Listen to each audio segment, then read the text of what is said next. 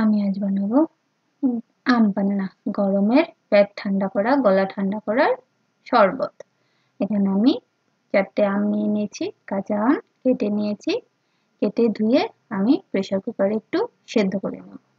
একটু জল দিয়ে সেদ্ধ করে নিয়েছি। সেদ্ধ করে এখন আমি রেখে দিলাম। আর এখানে একটু আমি চিনির শিরা বানিয়ে নেব।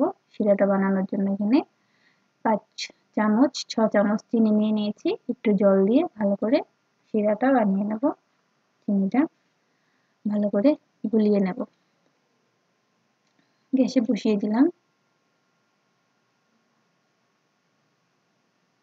চিনিটা গলা অবধি অপেক্ষা করতে হবে। এটা বেশি একটা শিরার তার বানাতে হবে না, এমনি অল্প একটু জাল করে চিনিটা গলিয়ে নিলেই হয়ে যাবে। তো চিনি গলে গেছে, এখন নামিয়ে রেখে দেবো।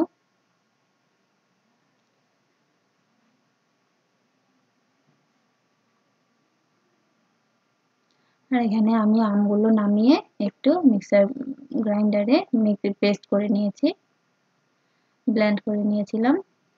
এখানে পুরোপুরি রেডি হয়ে গেছে। এখন শুধু জল আর বরফ দিয়ে বানিয়ে নিলেই হয়ে যাবে আম পান্না।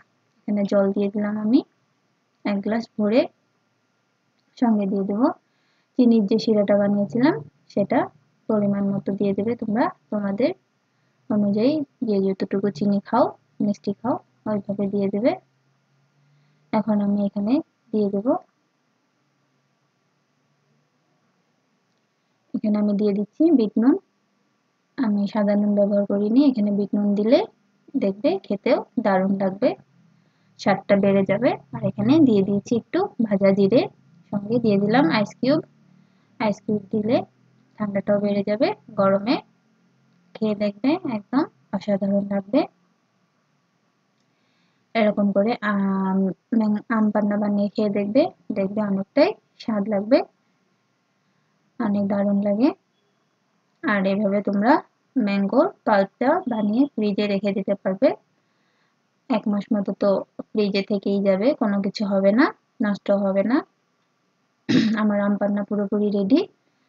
তোমাদের আমার ভিডিও ভালো লাগলে লাইক, শেয়ার, কমেন্ট করবে। আর আমার চ্যানেলটাকে প্লিজ সাবস্ক্রাইব করে দেবে। Thank you. Tata, bye by.